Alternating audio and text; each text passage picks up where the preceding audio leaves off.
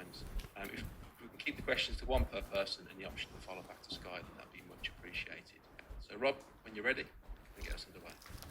Hi Gareth, good to see you. Hi Rob. Listen, with any luck, this game could be the last one that England have to play without any fans in the stadium.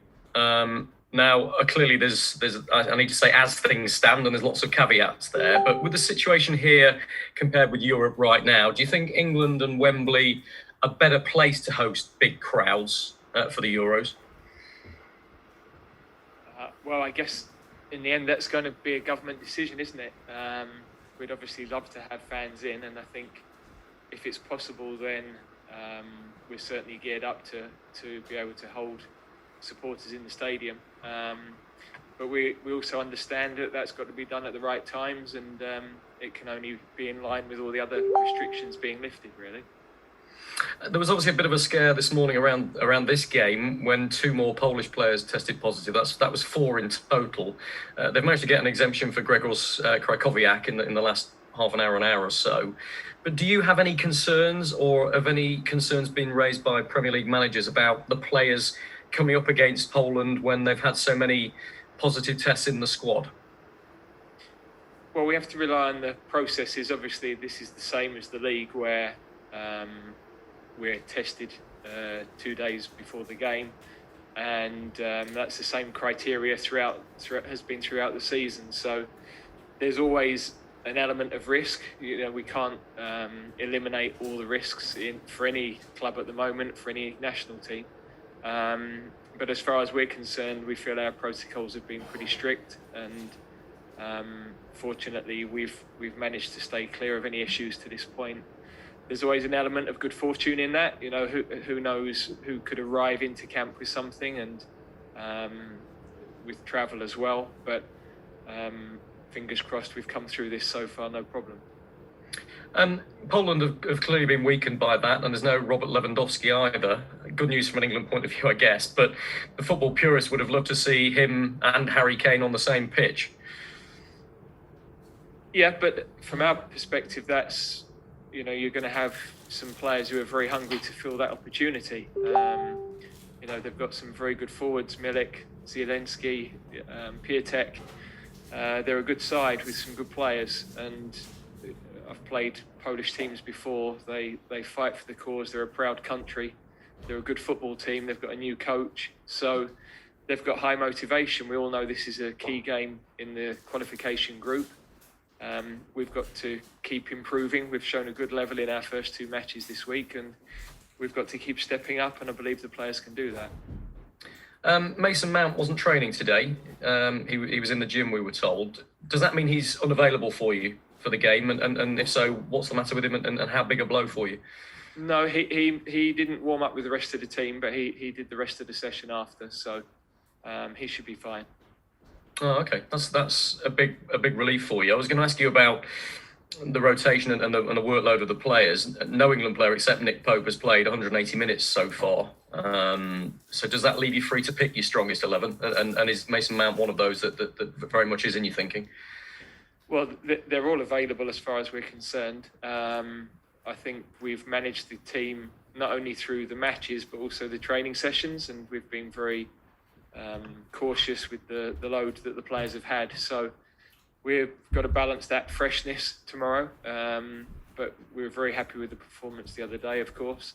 And I think around Europe, most countries have taken similar slant on the games. So we've got to look at the best team to win this game, and we're well prepared for it. Gareth, you know that whenever the players are with you, they can never be immune from what's going on with the clubs and outside, and there's still an awful lot of speculation about the future of Harry Kane, as you might expect. Do you worry that his club future and discussion about it might dominate talk around the Euros, and that it could be a distraction for him and for others? No, he's so focused. I had a chat with him, as I do with all of the players when they come into the camp, and he's very positive about the club. He was talking about only being a couple of points off the Champions League in a League Cup final, and you can see his focus in the game the other day. You know, he scored a fantastic goal and an excellent assist as well. So I've got no worries about Harry Kane. He's a fantastic professional. His focus is always on the next training session, the next match, and he's somebody that can absolutely put anything to one side. Good man, thank you. I think you've got Declan Rice alongside you. If I could throw a couple his way, if that's okay, Gareth. Declan, you're sitting alongside the manager for a news conference, which kind of makes us think that you're going to start the game again against Poland. That'll be 2 games in 4 days for you. How physically is it easy? Is it to cope with that? But more importantly, I think it shows that you become something of a fixture in this England side, the starting 11. And does that leave you very confident of a place in the Euro squad, or don't you think like that? No, I don't think you can ever think like that as a player.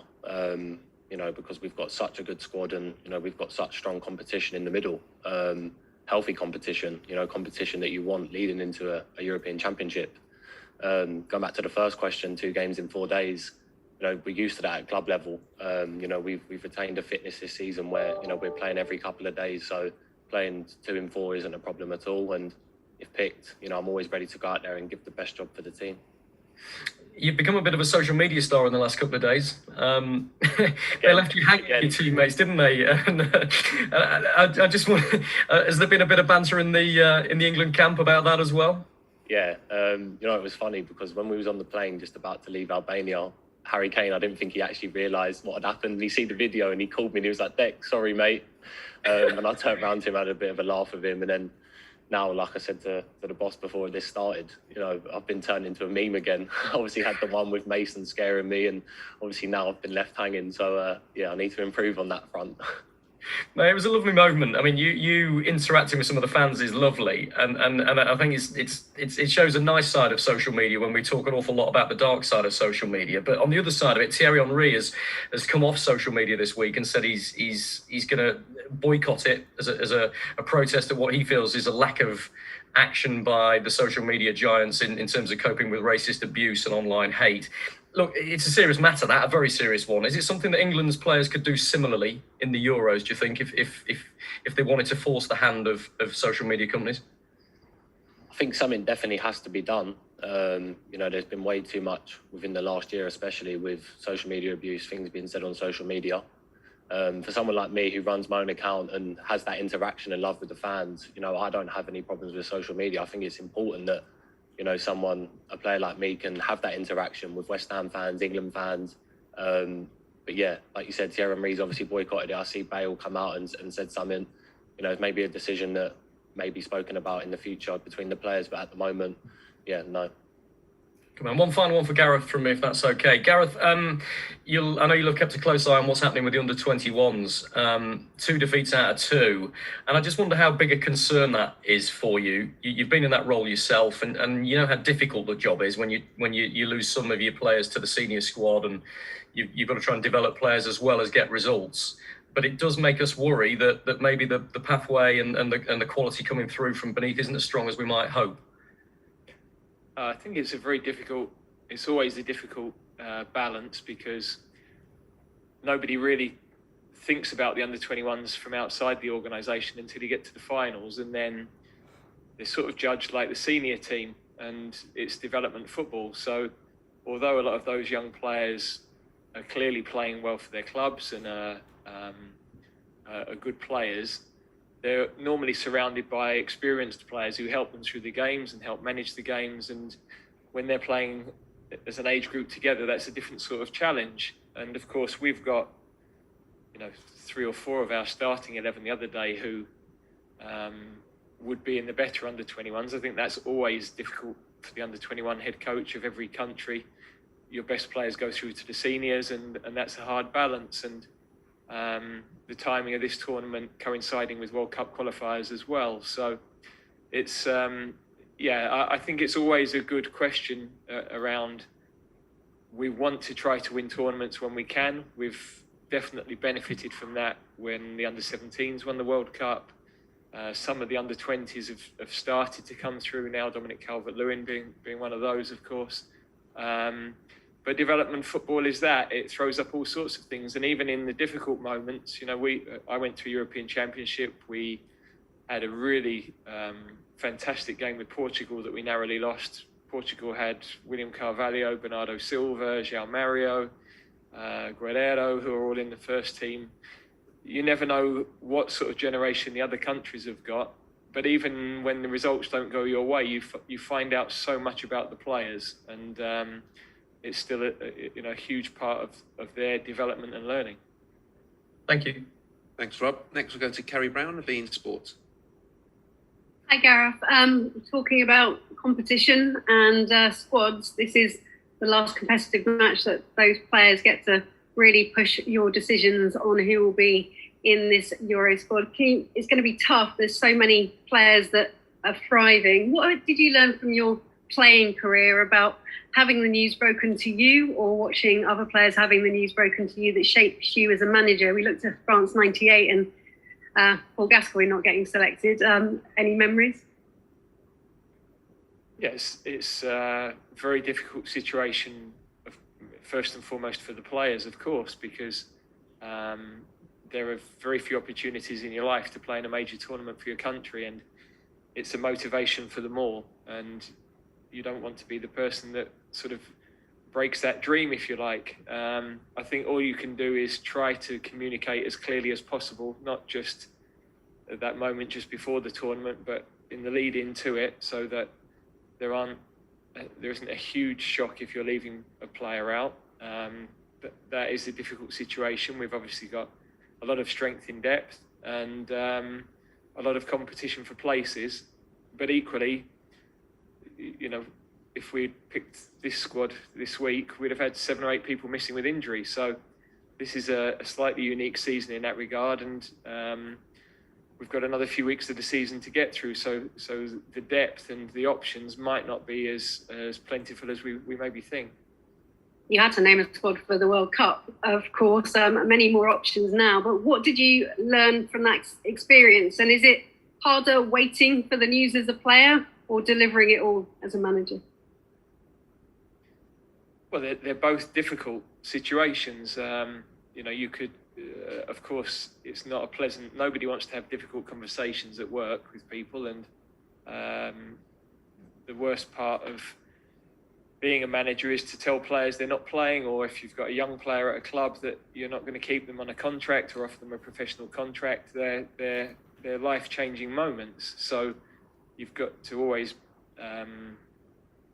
be aware of the impact of those conversations on the people you're delivering the message to. And of course, for the players, that's extremely hard. They're building up to it. Some would be more assured in their mind of their place, and there would be others who wouldn't be certain. So, yeah, you can only be as open, as honest and respectful as possible. But in the end, you have to make tough calls. And we all know the boys have been in a game that's a sort of performance pathway, and they've faced selection at every age group. Every age group at the end of the season, they've been through that battle, and they're hardened to it, but it doesn't make it any easier when you miss out on big events that you want to go to. Harry, next we'll go to Fred Caldeira from TNT Sports Brazil.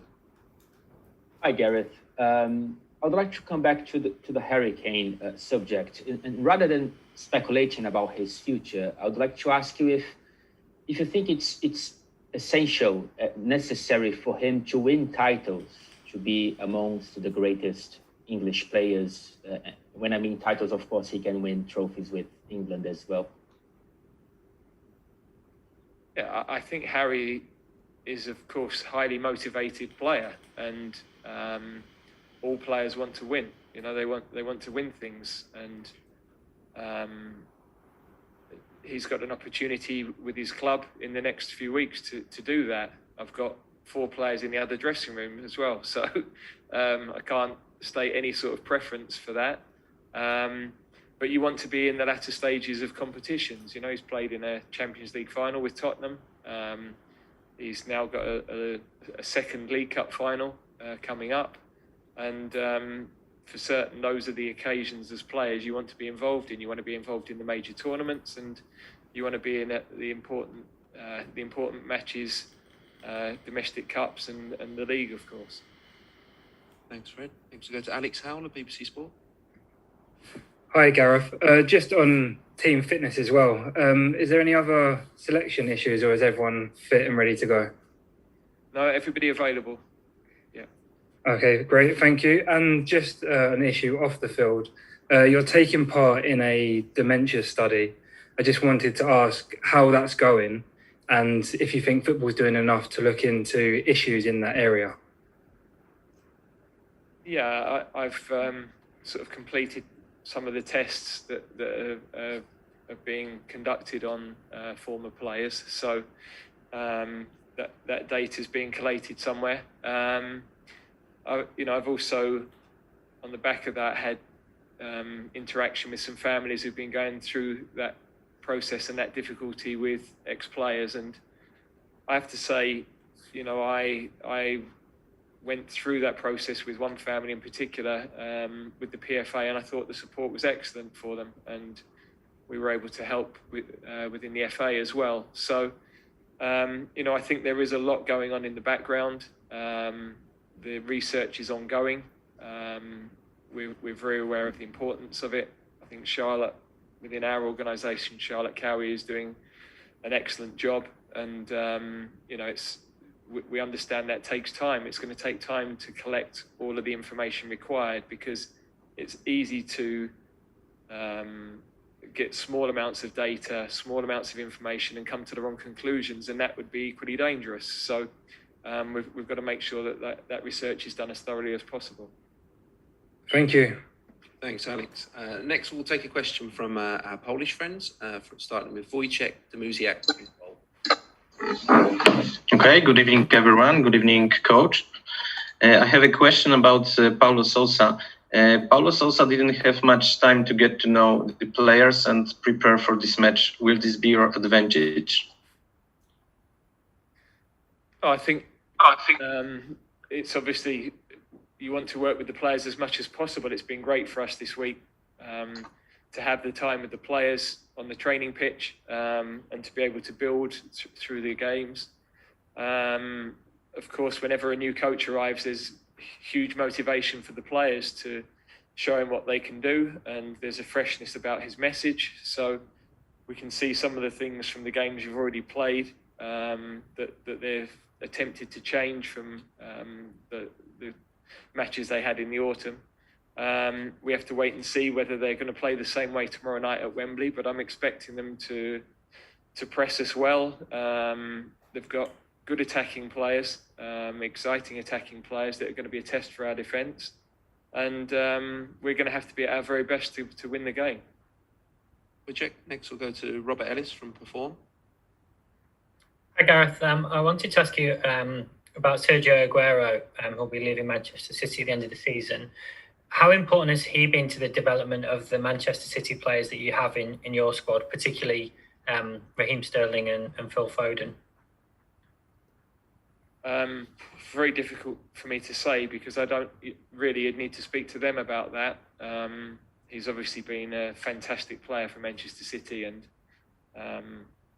that landmark goal, that landmark moment for them as a club, for their fans, will be there forever. So they've been very good at recognising those former players, or those players that have left, and I think they've done that very well as a club over the last few years. But yeah, in terms of his impact on those other players, really you'd have to ask them that. Robert. Next go to Dom Smith from englandfootball.org. Hi Gareth, hi Declan. Just one question from me. If I can get an answer from you both, that would be great. Obviously, you've got to balance the fact that these three are World Cup qualifiers, but that the qualifiers are basically split in half down the middle by the European Championships, effectively. So while on the one hand you'll be pleased that there's no Lewandowski because it makes your life a bit easier, I mean, are you, I suppose, a bit disappointed that actually you can't test your defence against who is effectively, the best striker in the world, or if not, then I suppose Harry Kane is. But yeah. Yeah, I understand the question, but I just think Poland have got some excellent players, and we'd be naive to think that they're going to be less of a threat tomorrow night. They'll be highly motivated. There's an opportunity for other players coming in, and if we think of taking our foot off the gas for 1 minute, then then we'll get hurt. So we've got to be ready for the game tomorrow, which I believe we are. Of course, for the public, they want to see all of those star names, but a team isn't just about one player, and we've got to prepare to the very highest level. And Declan, on that, please, if I can get your response, please. Yeah, exactly like what Gareth said. We'd be naive to think that, they're not a top side and they haven't got quality all over the pitch. Most of their players are playing in the Premier League, Bundesliga, Serie A. They've got two excellent strikers up top in Piatek and Milik, who are known goal scorers. So we need to be on it. We need to be focused. We need to be ready, because they're going to come with a big threat. For them, they're going to want to beat us at Wembley, and for us, it's a chance to end the week well with 3 wins out of 3. So it's going to be a real tough game, but we're really ready for it. Thanks both. Best of luck. Thanks, Dom. We've got 2 more left in this segment of the media activity. So next we'll go to Alex James from Lancs Live. Hi, Gareth. Thanks for your time. Just a quick one from me. Nick Pope made history on Sunday by being the first keeper to keep clean sheets in his opening 6 England appearances, yet there remain some question marks over his kicking and over his distribution. Do you have any concerns on that front, and do you subscribe to a theory that maybe he might need to leave Burnley to help improve that aspect of his game? I can just imagine Dicey being delighted with commenting on that. I would never comment on his teams.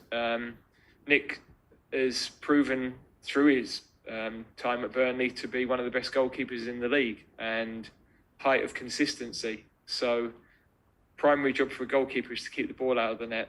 First and foremost, it's at times a much undervalued trait. He's very good at it. I think he's competent with the ball at his feet. There's obviously players that are playing in different patterns with their clubs, but he's coped more than well in the matches we've had. Kosovo away was a game where, although we'd qualified, there was pressure of the crowd, and it was a good experience for him to be in a competitive qualifying game. So I've been really comfortable with Nick being in between the posts for us. I've not had to spare a second thought. I haven't spoken to him too much about it during the week because I'm happy for him to crack on with his job, and he's got a great temperament for these sorts of games. Thanks very much. All the best tomorrow night. Thank you. And we'll finish with one more from Carrie Brown. A question for Declan, please. Hello. Gareth doesn't come out with hairdryers. So when he said post-match he thought that there were areas of the game that could have been tightened off, that the team could have killed off the game. How have you all responded? Have the goals been flying in? Sorry, say that again. Sorry. Post-match, Gareth said that the team could have tightened up and killed off the game. That's probably as close as a hairdryer as you'll get from Gareth Southgate post-match. He just gives advice and says where you can improve. Have the goals been flying in then in practice? How's it been this week? Yeah, so we've obviously, for me, today was the first day I trained. The day after the game's always a recovery day. But I'm sure Alan, the first team striker coach, he had them finishing. On the pitch, you felt that he was right. 15 minutes to go, where we'd been in such dominance of the game, we kind of sat back and let them have a little bit more of the ball. There were a couple of chances where we was on the counter attack and we could have killed it off with a better final pass. And there was other things, on the pitch that we could have managed a bit better. And you feel that as a player, where you dominate the whole game and they start to have a bit of the ball, it becomes frustrating. Areas to improve on, and I think it's always good to improve on different parts of the game. Thank you. Okay, thank you everybody. That concludes this part of today's media activity.